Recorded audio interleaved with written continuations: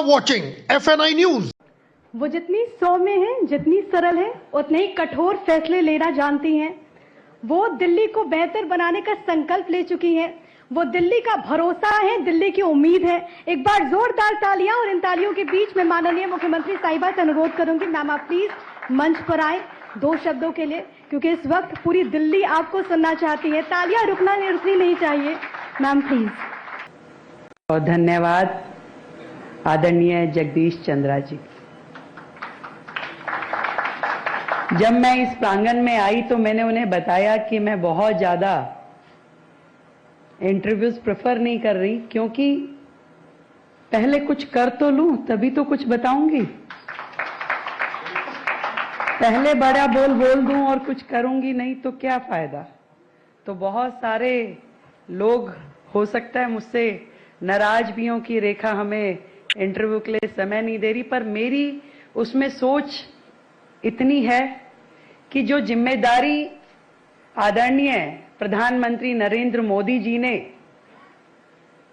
मुझे दी, ये ना केवल एक महिला रेखा गुप्ता का सम्मान है, ये पूरे देश की महिलाओं के लिए सम्मान की बात है कि जो केवल बातों में विश्वास नहीं रखते।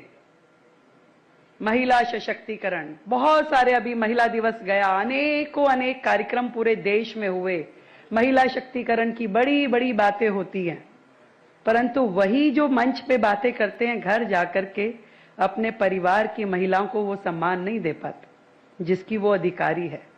आज देश के प्रधानमंत्री ने यदि एक सशक्त निर्णय लिया, वो ना केवल मेरे लिए लिया, उन्होंने संगठन से लेकर सरकार तक हर जगह देश की बहनों को, देश की बेटियों को मौका दिया। मैंने वो सरकारें भी देखी है जब स्वयं प्रधानमंत्री महिला होती थी, परंतु उनके मंत्रिमंडल में एक महिला नहीं होती थी, उनके अलावा कोई दूसरी महिला उस संगठन में कभी डेवलप नहीं हो पाई।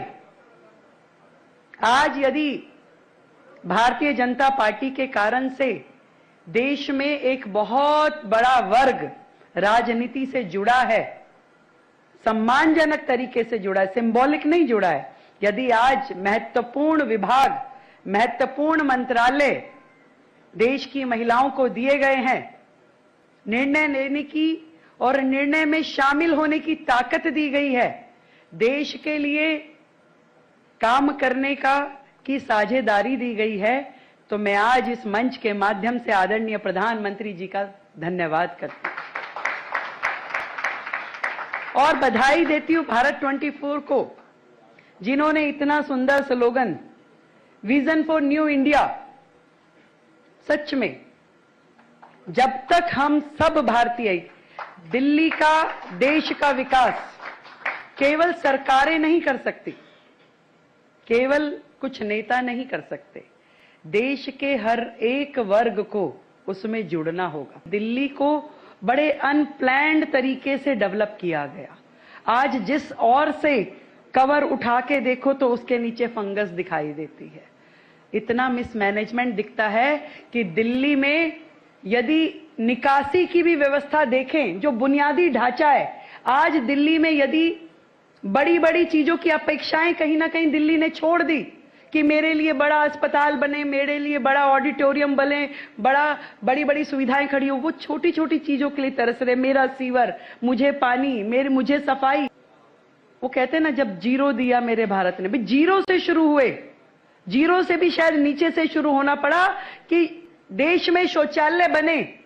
वहां से शुरुआत नरेंद्र मोदी जी को करनी पड़ी, और दिल्ली की शुरुआत भी आप समझिए कि कुछ इसी प्रकार की परिस्थितियां हैं कि आज पूरे विश्व में यदि दिल्ली सबसे पॉल्यूटेड सिटी कहलाई जा रही है, आज पूरे विश्व में जो देश की राजधानी दिल्ली है उसमें सफाई व्यवस्था पे प्रश्न चिन्ह यदि लगता है, आज वहां पे यमुना सफाई के लिए तरसती है, और कूड़े के पहाड़ यदि देश में चर्चा का विषय बनते हैं तो इस दिल्ली का क्या लाभ है।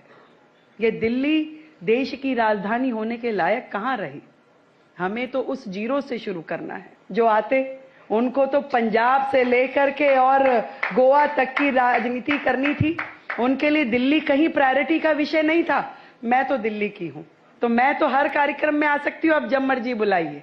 और दिल्ली की जनता को इतना विश्वास मुझ में हो कि उनके लिए मैं खड़ी हूं, उनकी हर समस्या को मैं समझती हूं और उसके निदान के लिए हम हर संभव प्रयास करेंगे, कोई एक भी प्रयास छोड़ेंगे। मेरा केवल इतना छोटा सा विजन है, वो है ना, दिल है छोटा सा छोटी सी आशा। केवल इतना कर पाऊं कि दिल्ली की तकलीफों को कम कर पाऊं। दिल्ली को सच में विश्व स्तरीय राजधानी बनना है। दिल्ली में पॉल्यूशन ना हो, दिल्ली से कोई भागे ना, दिल्ली से कोई एनसीआर की तरफ दौड़े ना, ये मेरा मिशन है। दिल्ली को शिक्षा का एक विश्व स्तरीय स्तर देना, हेल्थ को यहां पे उस आयाम तक लेके जाना, ये हमारा मिशन है। इतना विश्वास दिलाती हूं कि सरकार अपने किसी भी काम में और किसी भी फैसले में पीछे नहीं रहने वाली, वो काम हम करेंगे। यदि दिल्ली को जरूरत है कि दिल्ली के अंदर का परिवहन सिस्टम दुरुस्त हो, वो भी करेंगे। और जरूरत पड़ेगी तो यदि कोई पूरे देश भर से दिल्ली में व्हीकल आ रहा है पॉल्यूशन का लेके, उसको रोकने की जरूरत पड़ेगी तो वो भी करेंगे। यदि दिल्ली को जरूरत है कि हम एजुकेशन के सेक्टर में जीरो से शुरू करें, आज हमें स्कूलों की बिल्डिंग सही करनी है, स्कूलों का इंफ्रास्ट्रक्चर खड़ा करना है, तो वहीं अस्पतालों में यह भी जरूरत है कि जो मशीनें बिल्कुल नेसेसरी, जिसे कहे कि पहली अर्जेंसी होती है कि एमआरआई की मशीन हो, आपका डायलिसिस की मशीन हो, आपकी एक्सरे की मशीन हो, यदि हमारे अस्पतालों में नहीं है तो मेरा पहला लक्ष्य है कि मैं अपने अस्पतालों को अपडेटेड करूं ताकि जनता उसका इलाज का फायदा उठा सके। इन सारे कामों को करते हुए दिल्ली की जनता को कुछ सुकून मिल जाए, यही मेरी छोटी सी अभिलाषा है। धन्यवाद देती हूं आप सभी को, धन्यवाद देती हूं आदरणीय प्रधानमंत्री जी को कि जिनके विजन से इस दिल्ली को हम 2047 तक लेके जाएंगे। और उस 2047 में जब दिल्ली खड़ी होगी तो इतना विश्वास दिलाती हूं कि किसी और का मन किसी एनसीआर, गुड़गांव, नोएडा, फरीदाबाद जाने का नहीं करेगा। वो दिल्ली छोड़ के कहीं नहीं जाना चाहेगा। इस काम को हम करके दिखाएंगे। बहुत बहुत धन्यवाद आप सभी का, आपने मुझे यहां बुलाया, मौका दिया, धन्यवाद।